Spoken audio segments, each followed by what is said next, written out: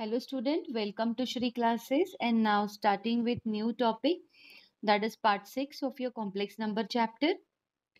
See, in previous lecture we have seen three parts of complex number, three representations. The first one is z is equal to x plus iy. This representation is called as rectangular form. Okay, this representation is called as rectangular form. Okay, means suppose z is equal to 1 plus I. So in this complex number, x is equal to 1 as well as y is equal to 1. Because see, x is 1 here, I का coefficient कुछ भी नहीं है, मतलब that is also 1 here. Okay, this complex number we can write as 1 plus 1i. है ना, coefficient of I is nothing. Nothing means what? Coefficient of that one is, I have written 1. No coefficient means always 1 is there. So x is equal to 1 and y is equal to 1. So by comparing, we have got x and y का value. ठीक है, अभी ये mind में रखो कि by comparing we have got values of x and y. ठीक है, कोई भी कॉम्प्लेक्स नंबर में आपको एक्स और वाई का वैल्यू सीधे सीधे मिल जाएगा. ये रियल पार्ट मतलब एक्स होता है एंड दिस इमेजिनरी पार्ट मतलब ये वाई होता है. ठीक है, now in this complex number x is 1 and y is also 1.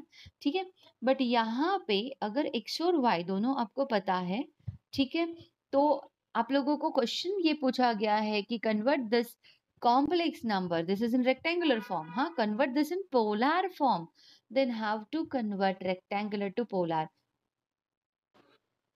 So how to convert rectangular form to polar form? Suppose your question is z is equal to 1 plus I suppose, and your question is convert it into polar form. ठीक है, तो already we have discussed in previous lecture polar form क्या होता है, r in bracket cos theta plus i sin theta. तो for polar form आप लोगों को अगर याद है तो मैंने कहा था कि r और थीटा की वैल्यू पता होनी चाहिए. ठीक है, तो for finding r and theta का वैल्यू फॉर्मूला है यहाँ पे. तो r होता है in square root x square plus y square और थीटा होता है tan inverse of y by x. ठीक है, मतलब यही है मॉड्यूलस एंड आर्ग्यूमेंट वाला. ठीक है, यही फॉर्मूला था मॉड्यूलस का, but it is also called as r. ठीक है, और आर्ग्यूमेंट एम्पलीट्यूड और वही है आपका थीटा.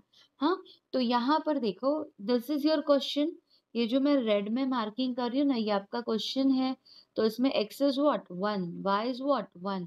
तो इस क्वेश्चन के अकॉर्डिंग हमें x और y का वैल्यू जो है ना वो पता है, दैट आर x एंड x is equal to 1 and y is equal to 1. So with the help of these formulas, ये दोनों formulas की मदद से we can find value of r and theta, है ना. तो r और थीटा का वैल्यू फाइंड आउट करो. तो r इज इक्वल टू क्या हो जाएगा यहाँ पे, in square root 1 square plus 1 square. तो 1 स्क्वायर तो 1 ही होता है इसलिए मैंने 1 ही लिख दिया. तो वो आ जाएगा √2 and theta will be tan inverse of y by x. तो 1 by 1 is 1, tan inverse of 1 is 45. तो 45 मतलब पाई बाय 4. ठीक है, पाई बाय 4. तो we have got theta here. हाँ, तो एक चीज समझ लो कि हमें r और थीटा का जो वैल्यू है वो मिल गया है. r का वैल्यू इज √2 एंड थीटा का value is pi by 4. Keep this in mind please. r का वैल्यू इज √2 एंड थीटा का वैल्यू इज पाई बाय 4. तो अभी हम लोग लिखेंगे पोलर फॉर्म. ठीक है, तो पोलर फॉर्म के लिए देखो क्या था polar form, z is equal to r in bracket cos theta plus i sin theta. है ना, ये फॉर्मेट आप लोगों ने कल 10 टाइम्स लिखा है. तो यहाँ पे बस वैल्यू आपको सब्स्टिट्यूट करनी है. r की वैल्यू √2 है और थीटा की value we have got pi by 4. तो मैंने यहाँ पे पाई बाय 4 जो है वो सब्स्टिट्यूट कर दिया, दैट्स इट. और ये भी मैंने कहा था स्पेशली कि इसे आगे सॉल्व नहीं करना है, बिकॉज इसे अगर आप लोग आगे सॉल्व करोगे तो ये वापस से रेक्टेंगुलर फॉर्म में कन्वर्ट हो जाएगा, तो वो हमें चीज़ नहीं करना है. दैट्स इट, ये है आपका complex number in polar format. ठीक है, क्लियर विद दिस. तो मैं वापस से जो फर्स्ट पेज है उसे शेयर करती हूँ. देखो तो उसका स्क्रीनशॉट ले लो. Take screenshot of this page.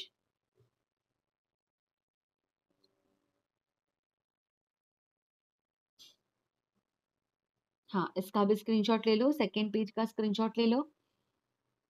And what we have seen here, conversion of rectangular to polar.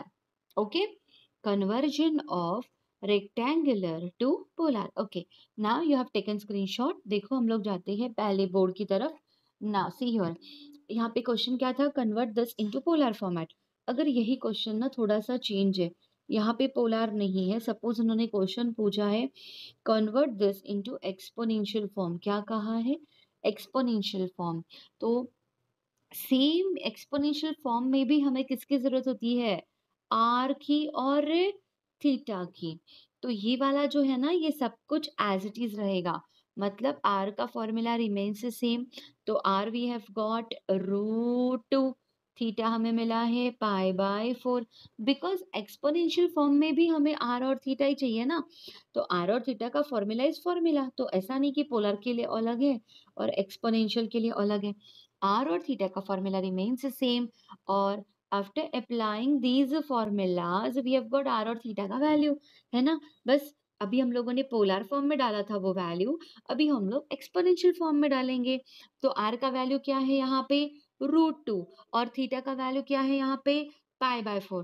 ठीक है, इसे ध्यान में रखो. हाँ, तो हमें चाहिए एक्सपोनेंशियल फॉर्म. तो एक्सपोनेंशियल फॉर्म क्या था जो आपने 10 टाइम्स लिखा, r e raise to i theta.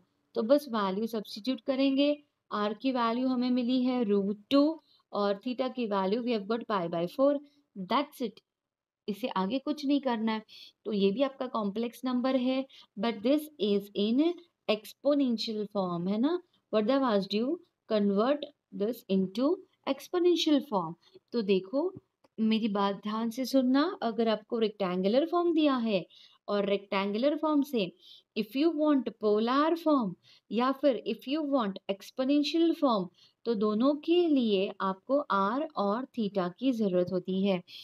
Are और थीटा कैलकुलेट करने का तरीका एक ही है. आर का फॉर्मूला रूट के अंदर x square plus y square, और थीटा का फॉर्मूला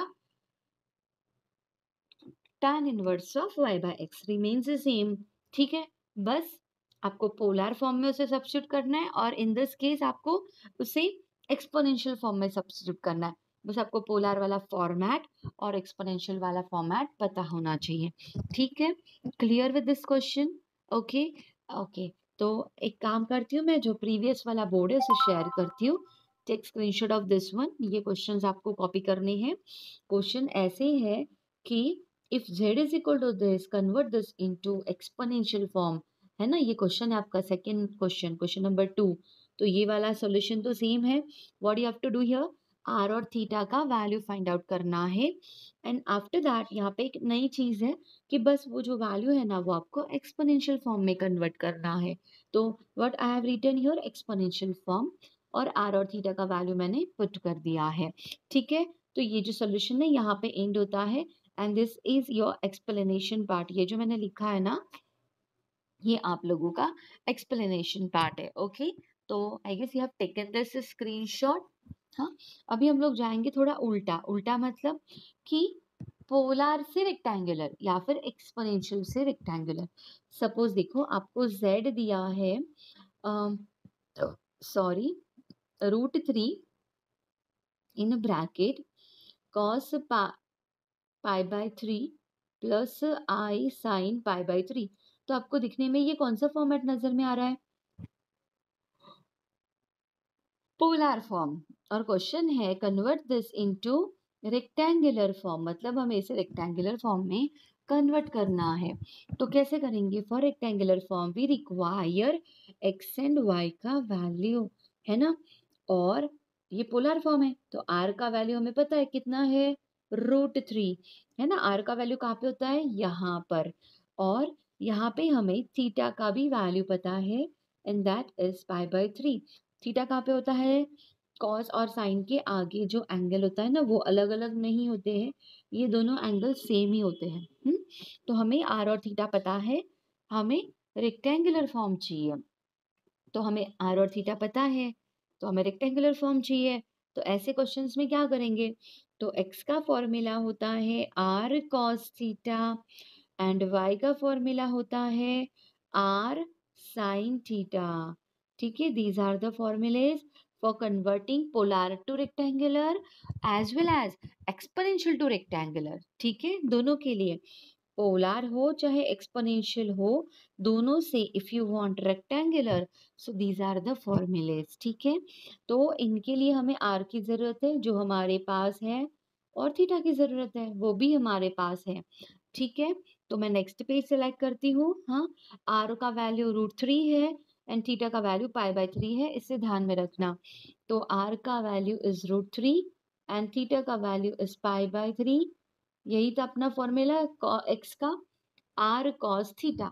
सिमिलरली वाई का क्या था, r sine theta. That's it. अभी इसे सॉल्व करना है बिकॉज अपना यहाँ पे मेन मोटो क्या है कि हमें एक्स और वाई की वैल्यू फाइंड आउट करनी है. तो cos π/3 मतलब cos 60. cos 60 कितना होता है और sin 60 कितना होता है, तो sin 60 होता है √3/2 और cos 60 होता है 1/2. ठीक है, तो ये ट्रिग्नोमेट्री का टेबल आपको रट्टा चाहिए बिकॉज π/3 इज 60 है ना. तो मैंने वहां पे वैल्यू सब्स्टिट्यूट कर दिए. cos 60 है ना, cos 60 होता है 1/2 और y का भी वैल्यू √3 इंटू साइन 60 का value is √3/2.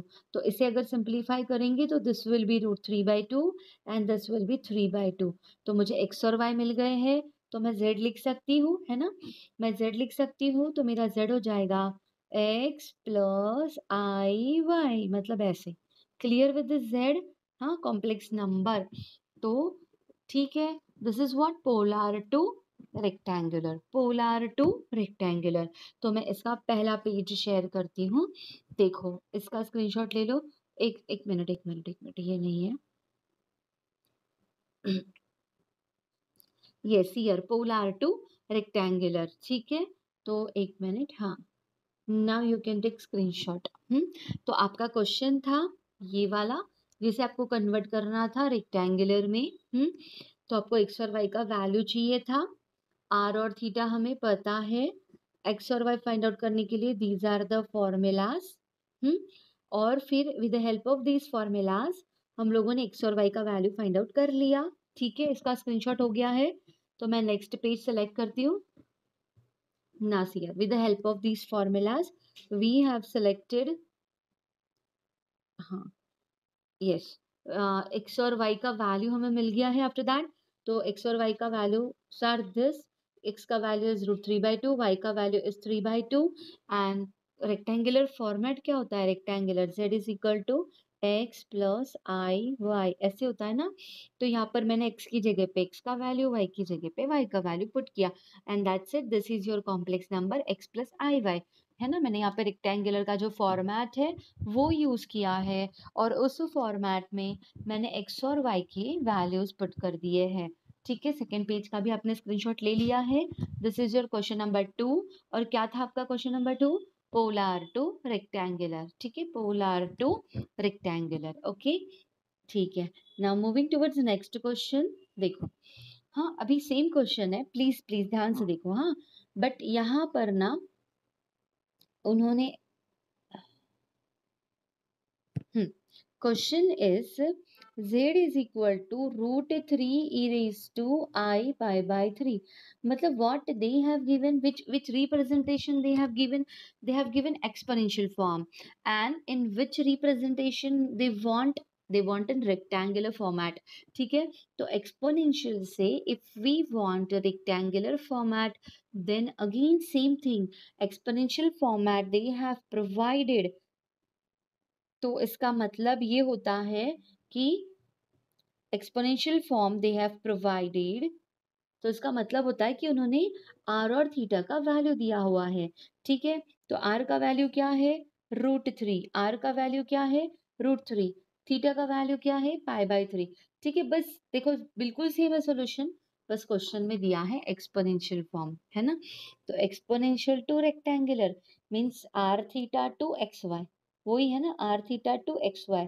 Polar to rectangular चाहे एक्सपोनेंशियल टू रेक्टेंगुलर, हमें यही करना है कि आर और थीटा से हमें जंप करना है एक्स और वाई पे. ठीक है, इसलिए मैंने यहाँ पे लिखा है पोलर टू एक्सपोनेंशियल. पोलर या फिर एक्सपोनेंशियल टू रेक्टेंगुलर कन्वर्जन में मेथड सेम है ना. हमें दोनों केस में एक्स और वाई की वैल्यूज चाहिए. फॉर्मूला रिमेन्स सेम, है ना, और मैंने फॉर्मूला अप्लाई कर दिया है। तो फॉर्मूला अप्लाई करने के बाद वी हैव गॉट एक्स और वाई का वैल्यू। तो यहाँ पे बस चेंज क्या हो जाएगा कि अच्छा कुछ नहीं है, सॉरी, रेक्टेंगुलर फॉर्म है।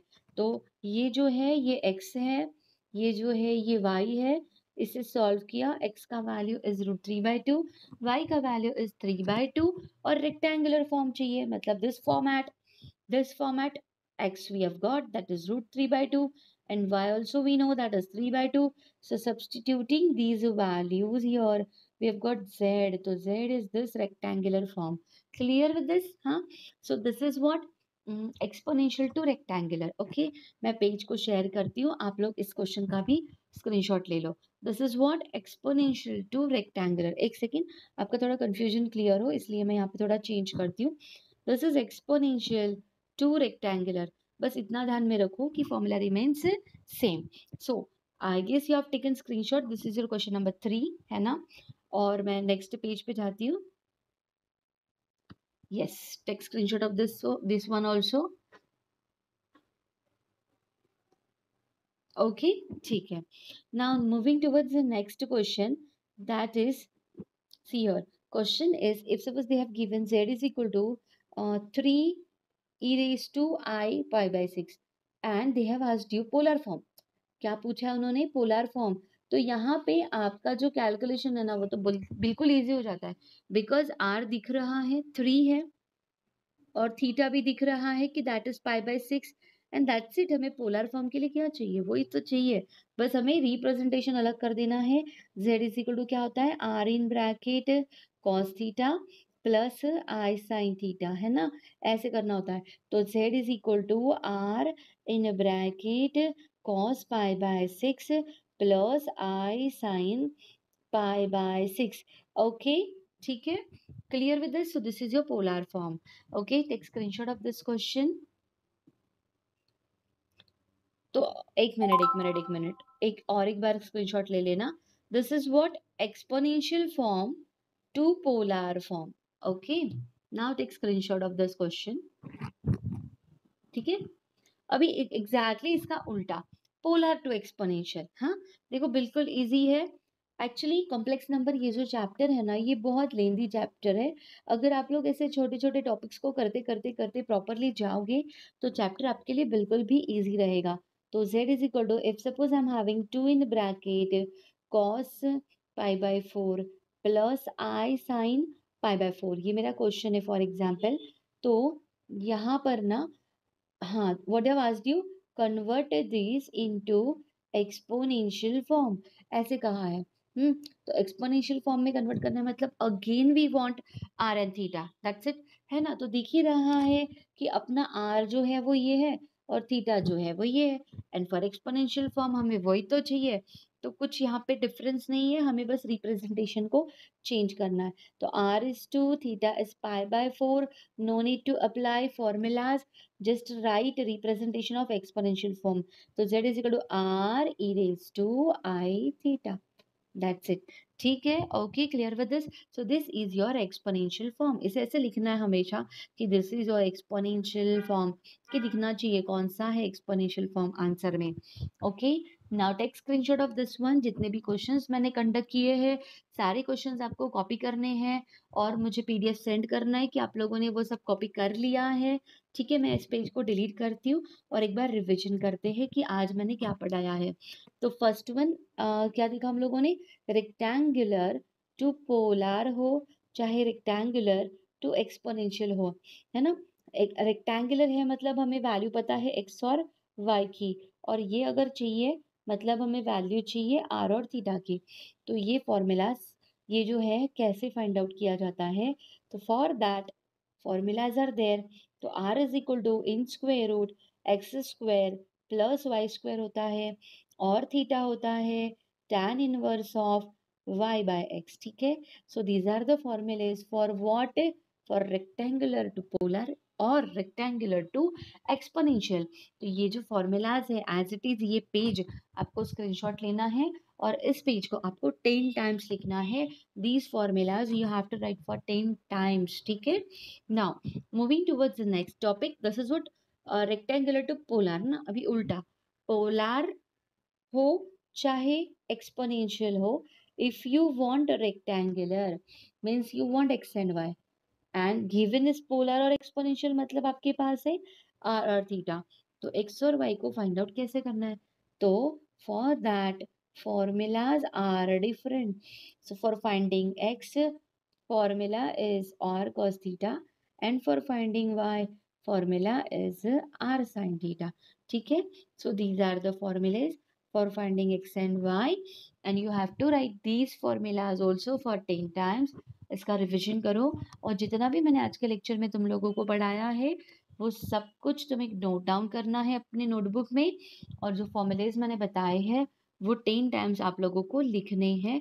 मुझे काफ़ी सारे स्टूडेंट्स के पर्सनल में पीडीएफ सेंड हो रहे हैं, तो आप लोग भी ये ज़रूर करो। ठीक है, ये होमवर्क आपको कंप्लीट करना है। अगर आप स्टेप बाय स्टेप जाओगे तो ही आपको लेक्चर समझ में आएगा, अदरवाइज आपको लेक्चर समझ में नहीं आएगा। ठीक है, तो अगर ये लेक्चर आपको समझ में आया है तो लाइक ज़रूर करिए, सब्सक्राइब करिए, बेल आइकन का बटन जो है उसे आपको ज़रूर प्रेस करना है ताकि मेरे नए लेक्चर्स आप तक पहुंच पाए। ठीक है, thank you for this lecture, bye bye student.